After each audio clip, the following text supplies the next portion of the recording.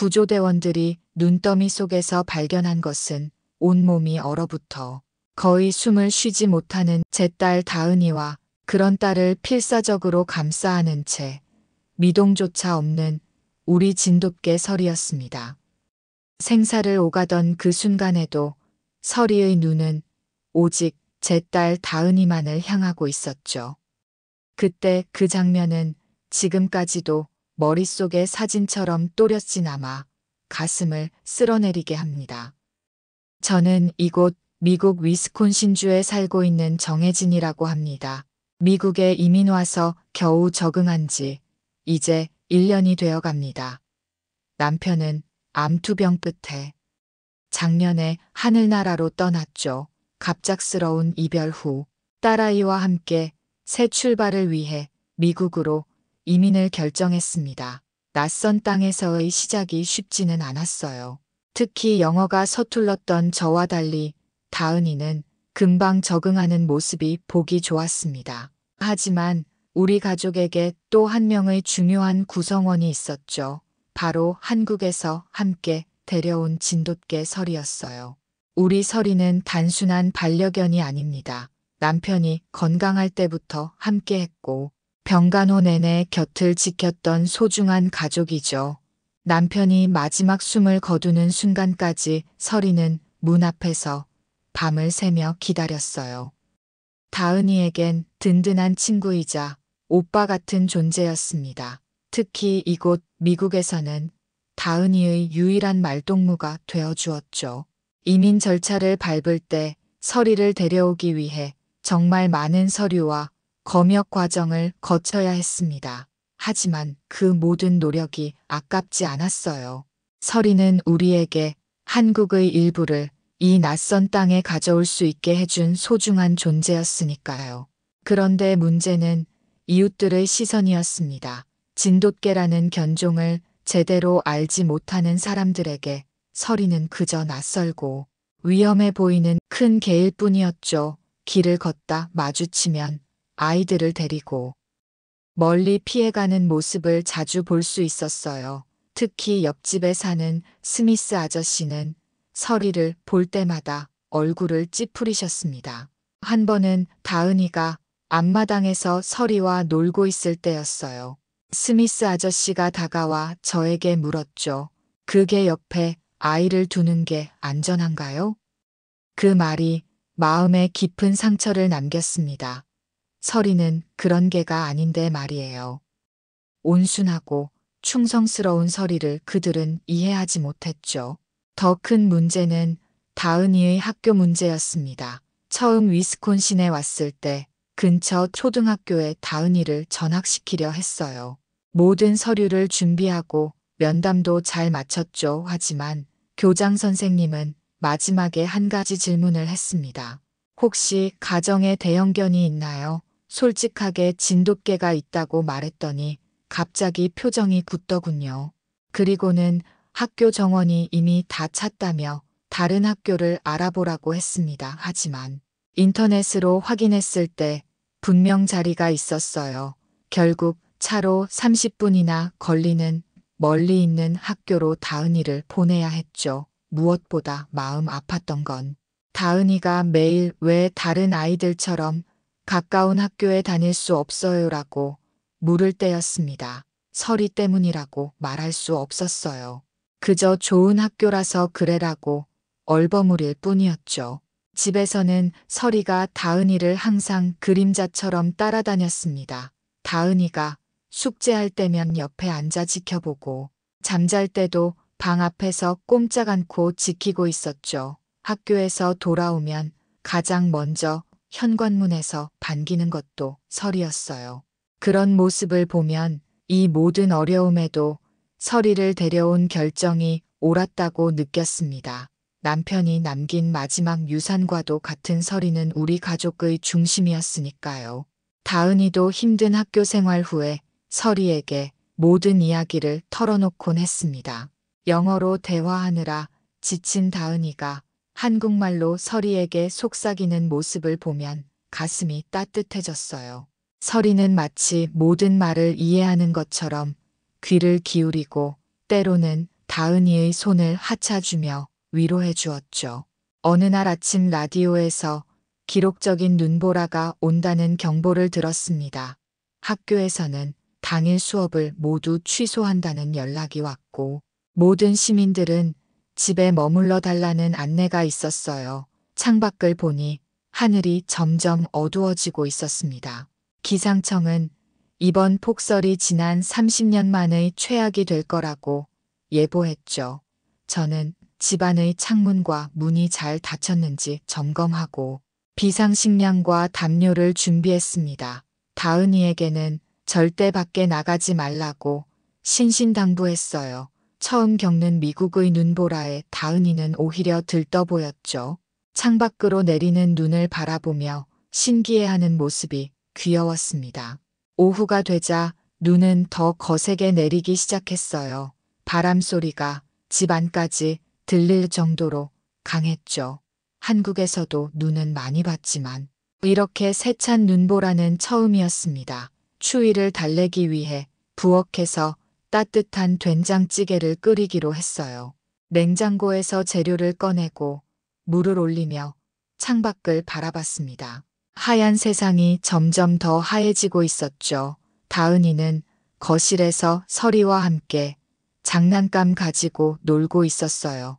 둘이 뒹구는 모습이 평화로워 보였습니다. 된장을 풀고 두부를 썰면서 한국 생각이 났어요. 남편과 함께 눈 오는 날 따뜻한 찌개를 먹던 기억 때문인지 갑자기 코끝이 찡해졌죠. 잠시 그 생각에 잠겨 있는데 갑자기 이상한 소리가 들렸습니다. 현관문이 열리는 소리였어요. 다은아 하고 불렀지만 대답이 없었죠. 부엌에서 뛰쳐나와 보니 거실엔 아무도 없었습니다. 현관문은 살짝 열려 있었고 차가운 바람이 불어들어오고 있었어요. 심장이 멎는 것 같았죠. 다은이와 서리의 모습이 보이지 않았습니다. 설마 밖으로 나갔을까 하는 생각에 온몸이 얼어붙었어요. 창문을 통해 밖을 내다봤지만 눈보라 때문에 몇 미터 앞도 보이지 않았습니다. 당장 현관문을 열고 다은아 다은아 소리쳤지만 바람 소리에 묻혀버렸어요. 뒷마당으로 뛰어가 보니 눈 위에 다은이가 늘 가지고 놀던 빨간 고무공이 반쯤 파묻혀 있었죠. 다은이가 공을 던지고 서리가 그 공을 쫓아 밖으로 나갔을 거예요. 그리고 다은이도 서리를 따라 나간 것이 분명했습니다. 당장 두꺼운 코트를 입고 장갑을 끼고 다시 밖으로 나갔어요. 바람이 얼굴을 때리고 눈을 뜨기 힘들 정도로 세차게 내렸습니다. 다은아 서리야 소리치며 주변을 살폈지만 아무것도 보이지 않았어요. 발이 푹푹 빠지는 눈을 헤치며 몇 걸음 더 나아가 보았지만 시야가 너무 제한적이었습니다. 집 주변을 한 바퀴 돌아봤지만 찾을 수 없었어요. 이대로 더 멀리 가다간 저까지 길을 잃을 것 같았습니다. 얼떨떨한 상태로 집으로 돌아와 911에 전화했어요. 다급한 목소리로 상황을 설명했지만 돌아온 대답은 절망적이었습니다. 지금 나가면 모두 위험합니다. 기상 상황이 나아질 때까지 구조대도 출동할 수 없어요. 담당자의 말이 귓가에 울렸습니다. 영하 30도의 기온과 제로. 시야 상태에서는 구조가 불가능하다는 거였어요. 제발 도와달라고 애원했지만 소용없었죠. 전화를 끊고 그 자리에 주저앉았습니다. 아무것도 할 수 없다는 무력감이 밀려왔어요. 내 딸이 저 차가운 눈보라 속에 있는데 그저 기다리라니 어떻게 그럴 수 있을까요? 수화기를 내려놓자마자 다시 코트를 집어들었습니다. 그러나 다시 한번 밖으로 나가보니 상황은 더 악화되어 있었어요. 눈이 무릎까지 쌓이고 바람은 서 있기도 힘들 정도로 강했습니다. 이대로 무작정 나갔다간 위험하다는 걸 알면서도 가만히 있을 수가 없었죠. 결국 집으로 돌아와 창가에 앉았습니다. 여기서 기다리는 것 외에는 다른 방법이 없었어요. 남편이 살아있었다면 이런 일이 생기지 않았을 텐데 하는 생각에 눈물이 흘렀습니다. 다은이는 이 추위 속에서 얼마나 무서워하고 있을까요? 하지만 서리가 함께 있다는 생각만이 유일한 위안이었어요. 서리는 다은이를 지키기 위해 무슨 일이든 할 거라는 걸 알고 있었습니다. 진돗개의 충성심은 그 어떤 개보다 대단하니까요. 남편이 서리를 데려왔을 때 들려준 이야기가 생각났습니다. 진돗개는 주인을 위해서라면 목숨도 내놓는 개라고요. 그때는 그저 과장된 이야기라고 생각했는데 지금은 그 말이 진실이길 간절히 바랐어요. 밤새 창가에 앉아 기도했습니다. 하나님, 제발 우리 다은이와 서리를 지켜주세요. 눈물로 밤을 지새우며 매 시간 911회 전화를 걸었지만 상황은 변함이 없었어요. 창밖은 온통 하얀색뿐이었고 바람 소리만 귓가에 맴돌았습니다. 그 어느 때보다 외롭고 무력한 시간이었어요. 아이를 지키지 못한 엄마로서의 자책감에 몸서리쳤죠. 왜 조금만 더 주의하지 못했을까? 왜 현관문을 확인하지 않았을까? 왜 다은이에게 더 단단히 이르지 않았을까? 자꾸만 그런 생각이 들었습니다. 하지만 이내 마음을 다잡았어요. 지금은 자책할 때가 아니라 희망을 가져야 할 때였습니다. 다은이는 무사할 거예요. 서리가 있으니까 서리는 다은이를 절대로 혼자 두지 않을 거예요. 그런 생각으로 밤을 버텼습니다.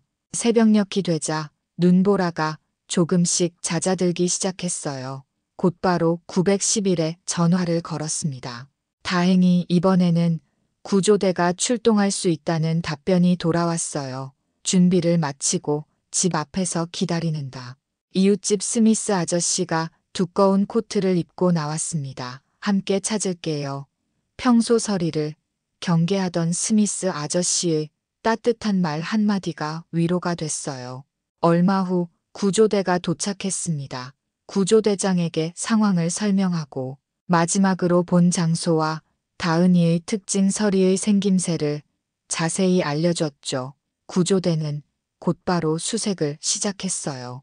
대원들은 여러 팀으로 나뉘어 주변을 샅샅이 살폈습니다.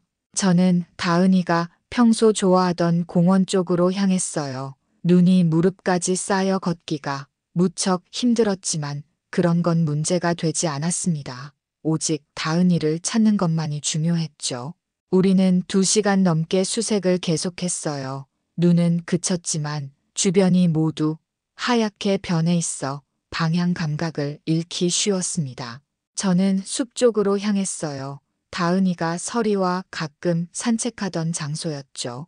커다란 참나무들 사이로 눈이 덜 쌓여 있어 걷기가 조금 수월했습니다. 숲속 깊은 곳으로 들어가다 보니 갑자기 무전기에서 소리가 들렸어요. 무언가 발견했습니다. 숲 동쪽 큰 참나무 아래에요. 심장이 터질 듯이 뛰었습니다.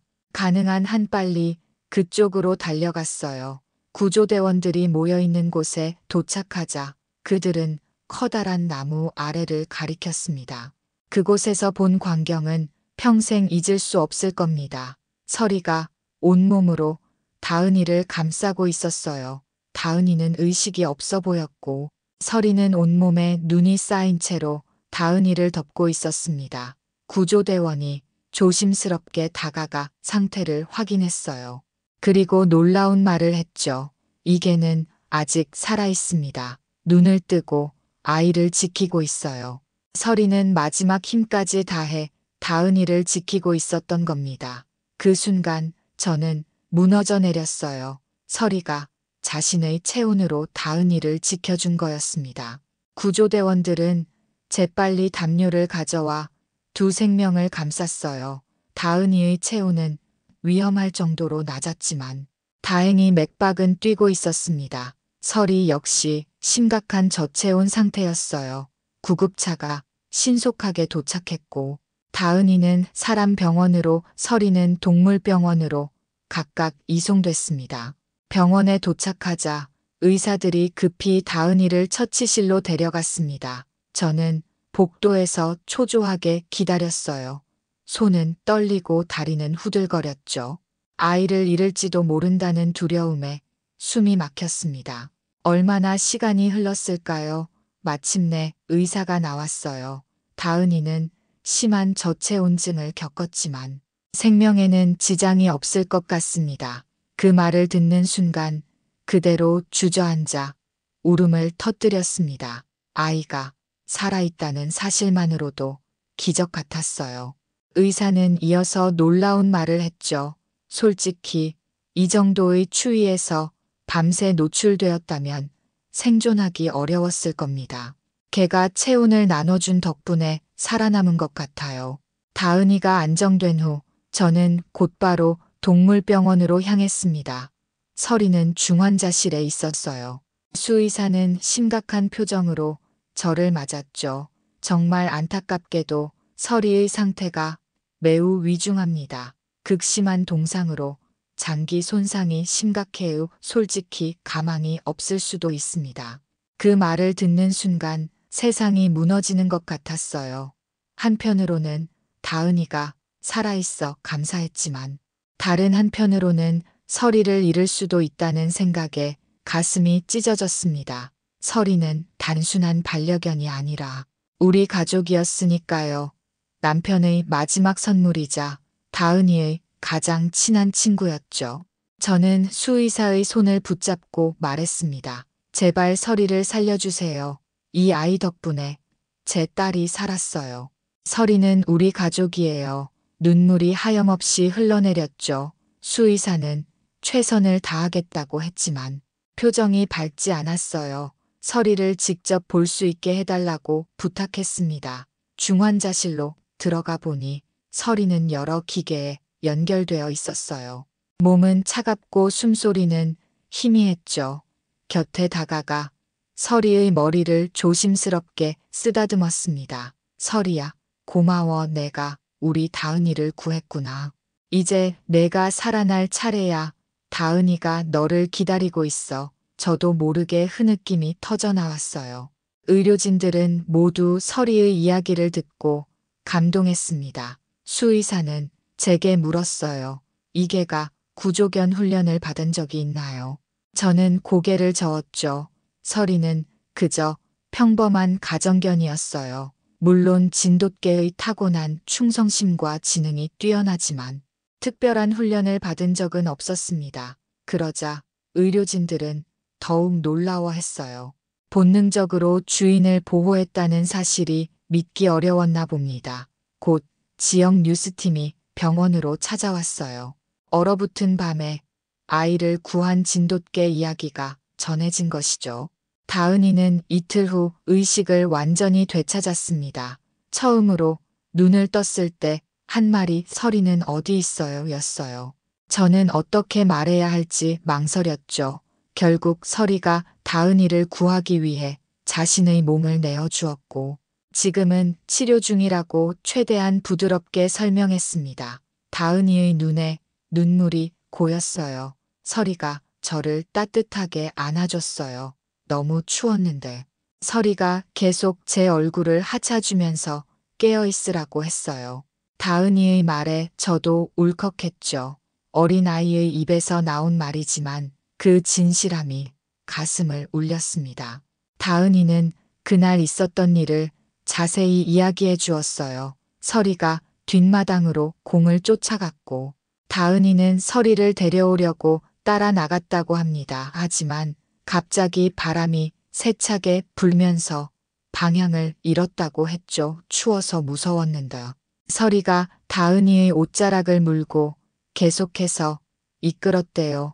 숲속 커다란 나무 아래로 데려간 다음에는 다은이를 감싸 안아주었고 자신의 몸으로 바람을 막아주었다고 합니다.